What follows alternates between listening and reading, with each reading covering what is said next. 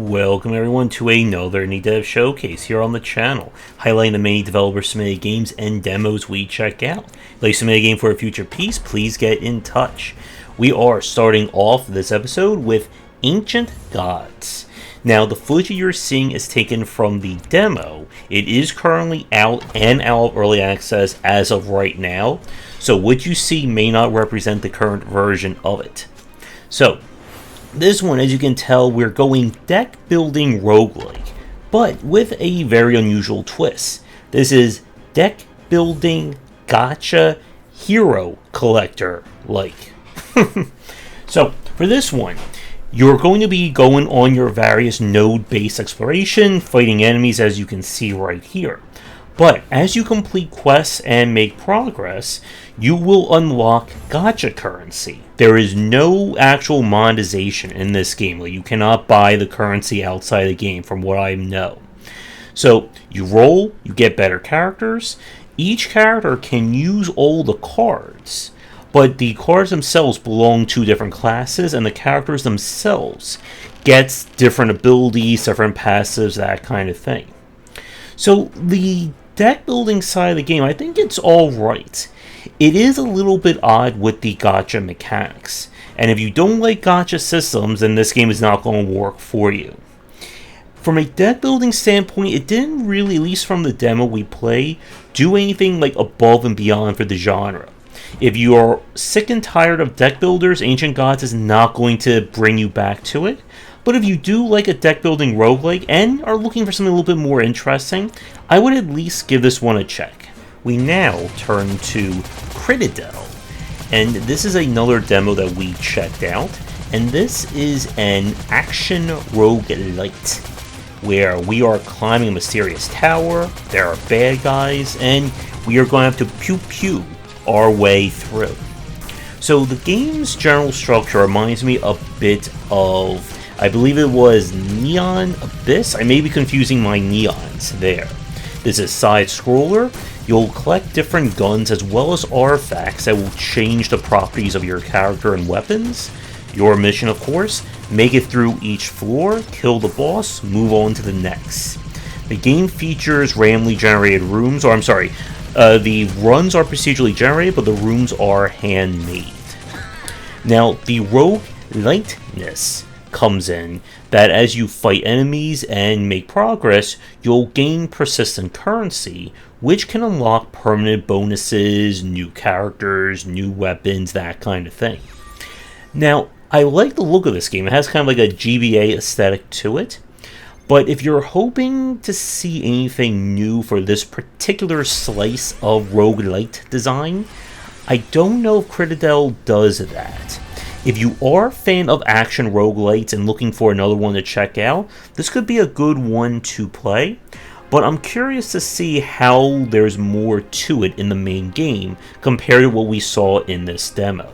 We now turn to Deiland Pocket Planet. Please know that what you're seeing is the demo footage from this game. Since it was released, I believe the game has seen a update that has maybe revised or changed some of the elements of it. But at this time, I don't have first-hand knowledge.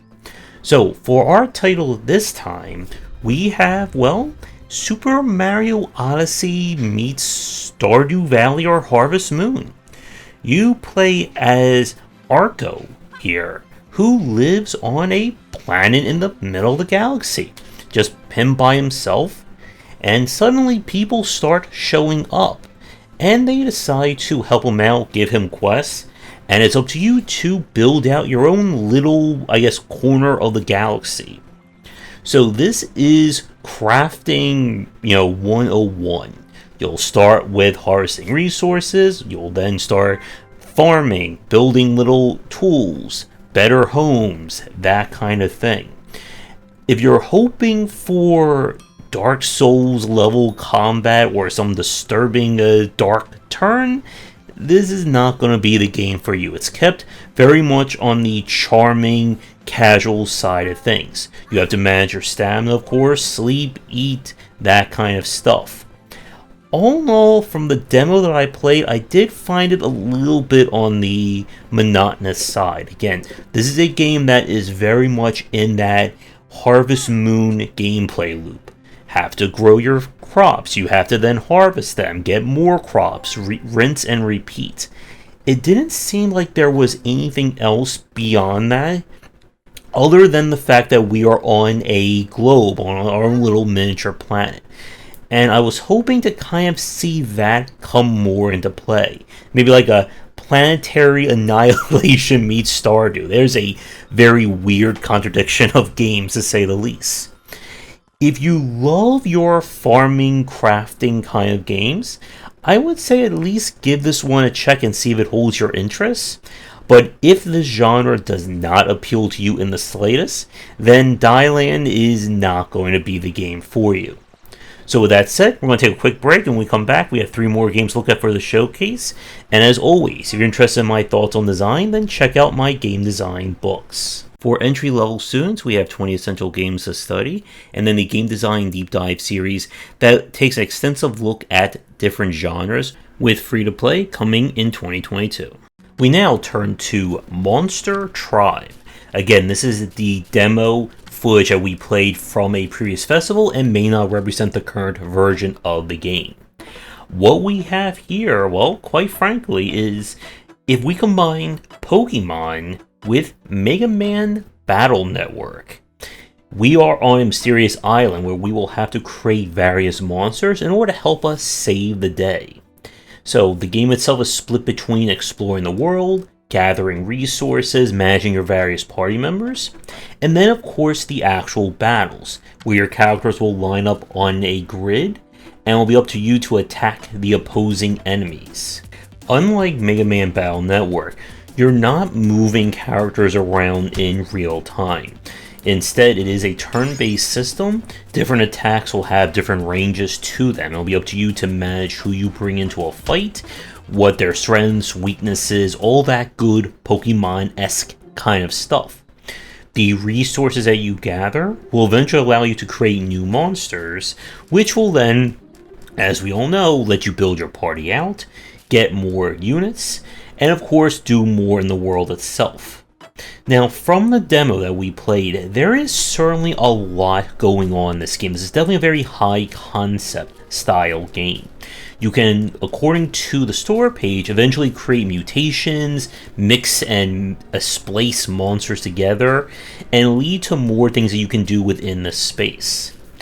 All in all, this is one of those demos that it shows a lot of potential, but at the same time, we really can't see the full breadth of these mechanics in this demo. The game was delayed, I believe, till 2023, but I would say if you do like Pokemon-style collector games, this should be one to keep an eye on. We now have Zoeti, and what this one is yet another attempt at combining Slay the Spire with poker. This seems to be a new trend, I think, for a lot of the deck-building style games.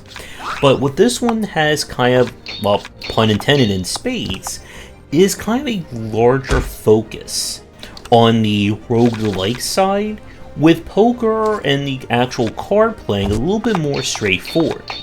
Each character that you play will get different abilities. You can slot those abilities in, and they are differentiated by the kind of cards or by the hand that you're able to play. So I believe you get like a Royal Flush, it's someone's Exodia to defeat your enemies. You can upgrade skills, which will improve their properties and that kind of thing. Now, unlike when we played Poker Quest, this is definitely more on the deck-building roguelike side, as in the enemy itself is not playing cards. It's kind of more like your traditional deck-building enemy. They're going to play a reaction, you have to do or plan around that with the cards and your own abilities. And I like the aesthetic of this game. It has I think it has a good juxtaposition compared to Slay the Spire. This one has characters that look a little bit more detailed. You can see like a little bit of the flowiness in the background as well. You'll go on different quests, looking to gather more resources, unlock more things. When you die or complete a run, you will get bonuses or additional things which you can then unlock to make future runs better. All in all, if you do not like deck builders, and especially if you do not like poker, do not even bother looking at this game. If you are looking for kind of like a more poker-esque take, I still very recommend checking out Poker Quest. It's a very, I think, underrated gem in terms of its systems and design.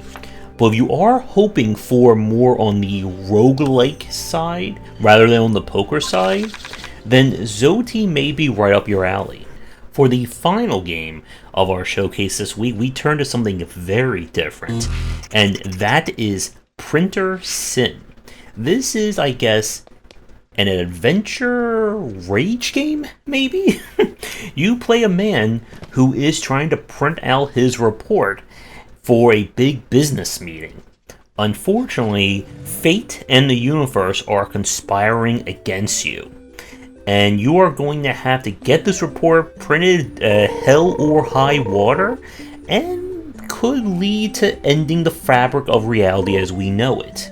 So the general play of this one is that you need to basically keep your printer, I guess, quote unquote, happy.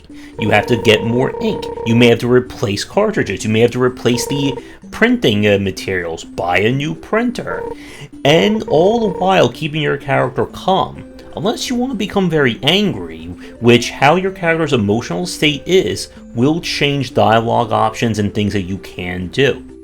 All the while, you're going to have to find things to sell, such as, a chair, a table, your entire living room, that kind of thing. And this is one of those games that, again, it is probably not going to be for everyone. You have the humor and hilarity of the situation, and just seeing how far is the developer really going to go with this premise. So if you don't like adventure games and point and click, that kind of thing, Printersim is probably not going to be for you. But if you're looking for an adventure game that is, well, a little bit on the unusual side, then I would check out Printersim that is now available. So with that said, we're going to wrap up this week's showcase. As always, thank you to all the games that were submitted. You'll find links to them down below. Do the liking, subscribing, and commenting. And again, if you'd like me to play your game in the future, it does not have to be printer related. Please get in touch. Check out the Discord and Patreon, and come back for daily discussions on game design here and on game wisdom, where it's in the art and science of games.